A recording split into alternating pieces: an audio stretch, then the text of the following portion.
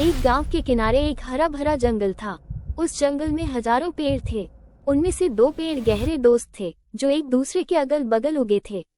उस जंगल में कई शेर भी रहा करते थे। वे अन्य छोटे जंगली जानवरों का शिकार करते, उन्हें पेट भरते तक खाते और बचा हुआ मांस यूं ही छोड़कर चले जाते। सड़े हुए मांस के कारण जंगल में काफी बदबू फैलती थी और जंगल की हवा प्रदूषित होती थी। एक दिन दोनों पेड़ इसी विषय पर चर्चा कर रहे थे।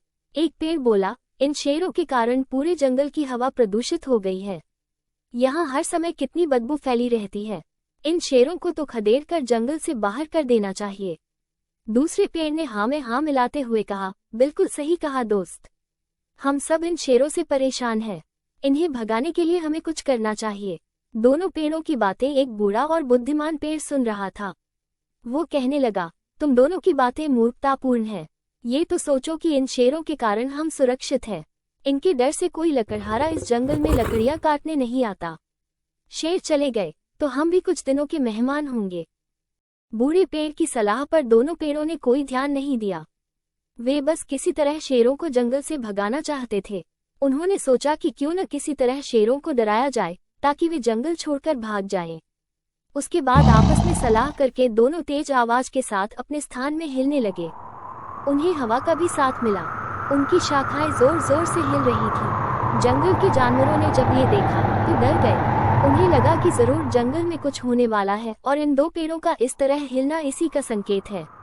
वे सब जंगल छोड़कर जाने लगे। शेरों ने भी जंगल छोड़ दिया। ये देखकर दोनों पेड़ बहुत खुश हुए और कहने लगे कि अब जंगल में शुद्ध हवा बहेगी और हम शुद्ध वातावरण में रहेंगे।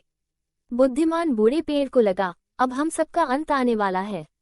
दोनों पेड़ों ने बूढ़े पेड़ की बात हंसी में उड़ा दी और अपने मजे में लगे रहे। वे खुशी से फूले नहीं समा रहे थे, लेकिन उनकी खुशी कुछ दिनों तक ही रही।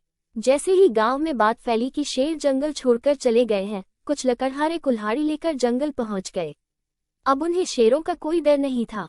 वे बिना किसी डर के पेड़ों को काटने लगे। ये देख दोनों पेड़ बहुत डर गए और सोचने लगे कि उन्हें बूढ़े पेड़ की बात मान लेनी चाहिए थी, मगर अब वे कुछ नहीं कर सकते थे। कुछ दिनों बाद उनकी बारी भी आ गई और वे काट दिए गए। सीख, बिना सोचे समझे कोई कार्य नहीं करना चाहिए। किसी भी कार्य को करने के पूर्व परिणाम के बारे में अवश्य विचार करना चाहिए।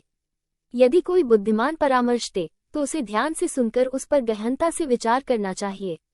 ऐसी और अधिक मनमोहक और नैतिक कहानियों के लिए लाइक, शेयर और सब्सक्राइब करना न भूलें। धन्यवाद।